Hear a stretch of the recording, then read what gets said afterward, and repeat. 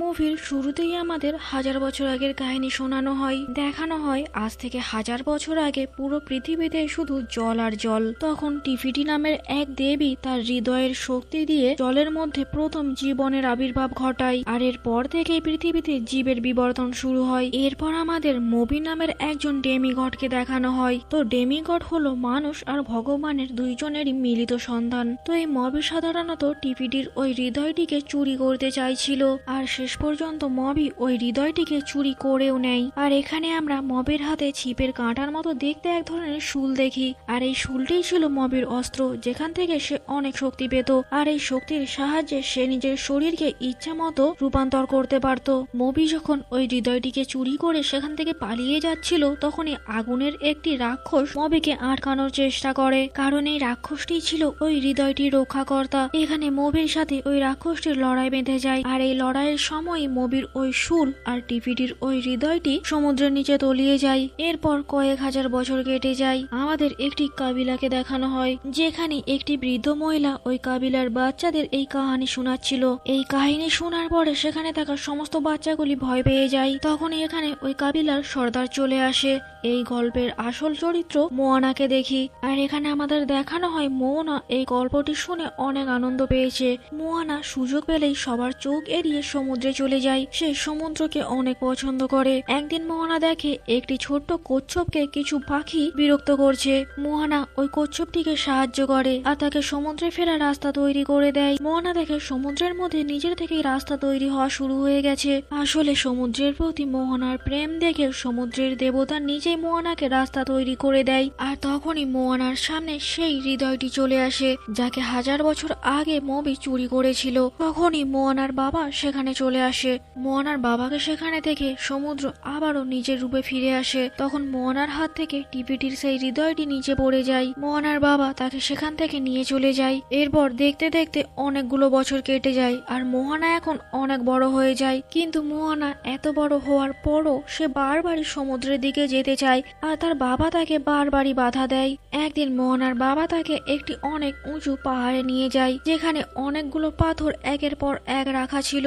যেই এই কাবিলার সর্দার হয় সেই এইখানে পাথর রাখে। তার বাবা জানায় একদিন মোয়ানাও এই কাবিলার সর্দার হবে, আর তখন যেন সেও তার নিজের পাথর এইখানে রাখে। এরপর মোহনার বাবা মোহনাকে সকলের সামনে তাদের কাবিলার সর্দার ঘোষণা করে দেয়। এর কয়েকদিন পর থেকেই তাদের গ্রামে অশুভ কিছু ঘটতে থাকে। তাদের কাবিলার জেলেরা কোথাও কোনো মাছ পাচ্ছিল না, এমনকি তাদের আশেপাশের সমস্ত নারকেল গাছে সমস্ত নারকেল পচা বার হচ্ছিল। আর এগুলো এই কারণে হচ্ছিল কারণ টিপিটির হৃদয়টি তার থেকে অনেক বছর ধরেই আলাদা রয়েছে। তাদের কাবিলার জেলেরা কোথাও কোনো মাছ পাচ্ছিল না। তখন মোহনা তাদের বলে তাদের সমুদ্রের মাঝখানে গিয়ে মাছ ধরার চেষ্টা করা উচিত। এটা শুনে তার বাবা আবারও তাকে বকাবকি করে। বাবার এই বকুনি শুনে মোয়ানা অনেকটা দুঃখী হয়ে যায়। তখন মোয়ানার মা তার কাছে আসে। তার কাছে এসে তাকে সমস্ত ঘটনা বলতে থাকে।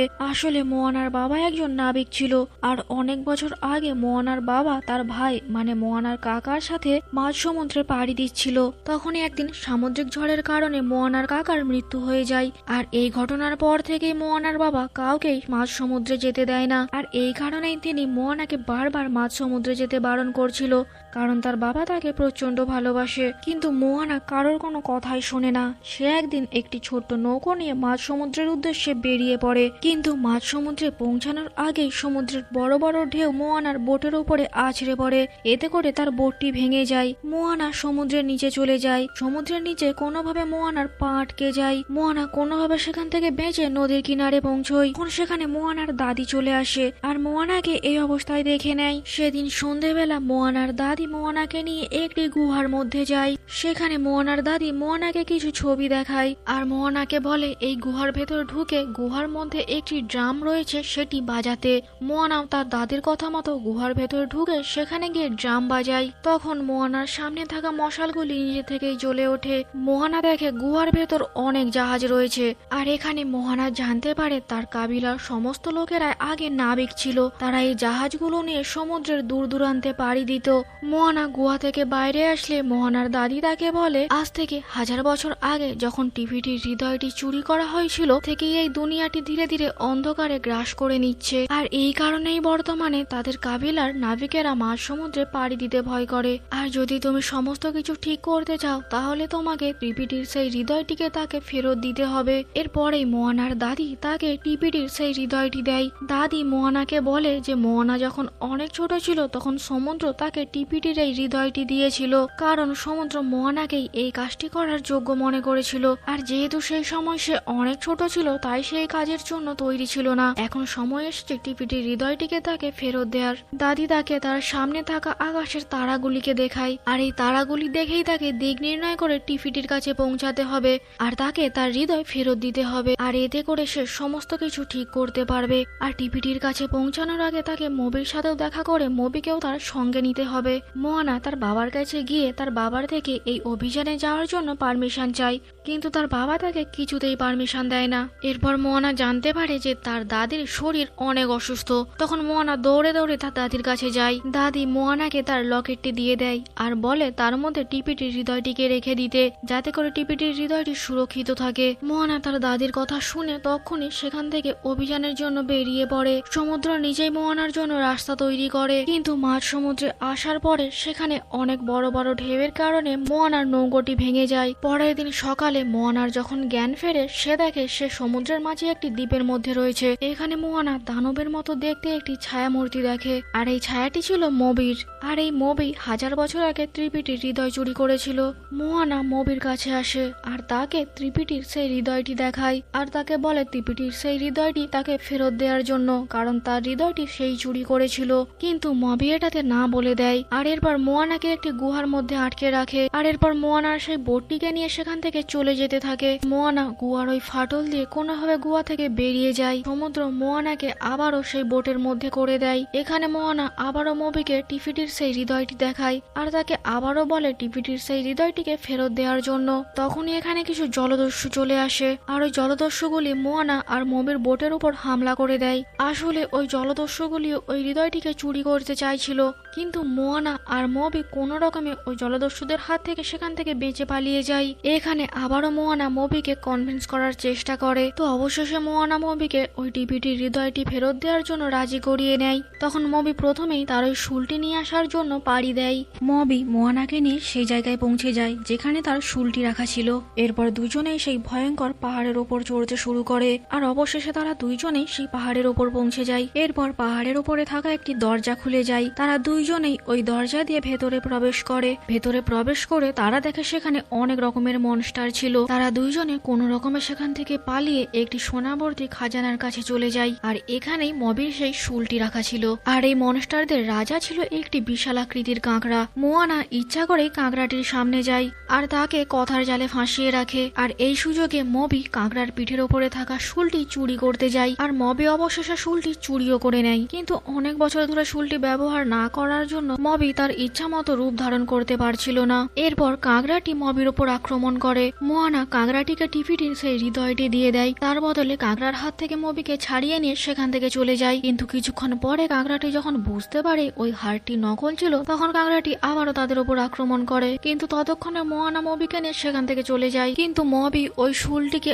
অনেকদিন ব্যবহার না করার জন্য ওই শুলটিকে ঠিক মতো ব্যবহার করে ইচ্ছা মতো রূপ ধারণ করতে পারছিল না। মবি অনেক উদাস হয়ে যায়। মোয়ানা মবিকে তার কাহিনী জিজ্ঞাসা করে। তখন মবি তাকে বলে সে কোনো ডেমিগড নয়, সে একজন মানুষের ঘরে জন্ম নিয়েছে, কিন্তু সে অনেক দেখতে খারাপ ছিল তাই তার মা বাবা তাকে সমুদ্রের জলে ফেলে দেয়। আর এরপর সমুদ্রই তাকে লালন পালন করে বড় করেছে।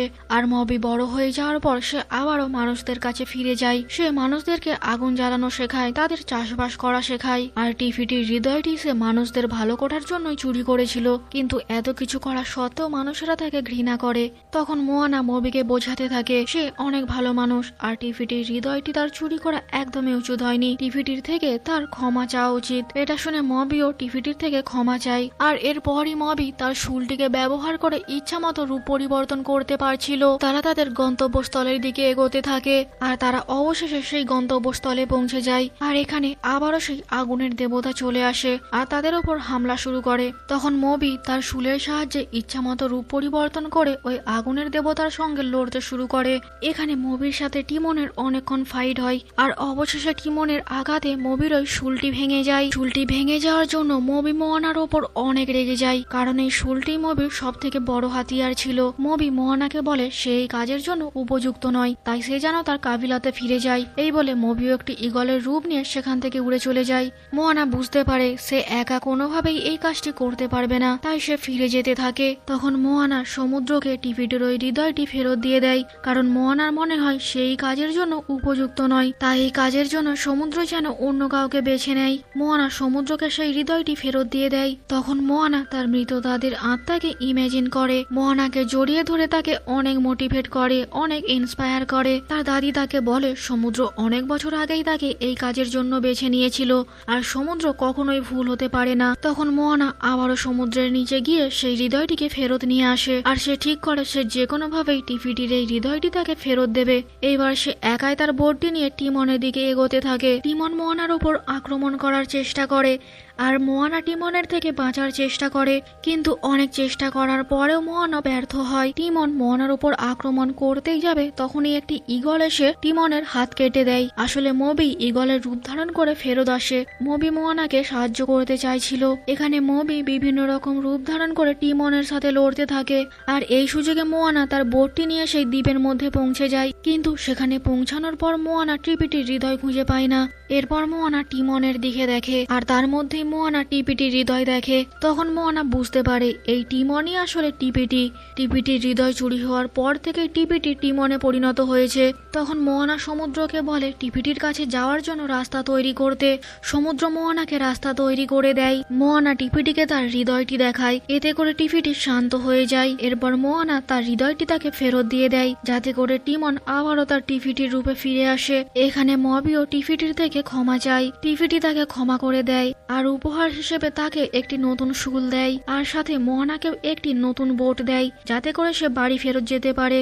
এখানে মবি মোয়ানাকে গুড বাই জানিয়ে আবারও তার ঈগলের রূপ নিয়ে সেখান থেকে চলে যায়। মোয়ানা তার কাবিলাতে ফিরে আসে। মোয়ানার মা বাবা তার প্রতি অনেক গর্ববোধ করে। এরপর তাদের কাবিলার সবাই তাদের জাহাজগুলোকে সেই গুহা থেকে বার করে, আর আবারও একজন নাবিকের মতো মাঝ সমুদ্রে পাড়ি দেওয়া শুরু করে। আর মুভিটা এখানে শেষ হয়ে যায়।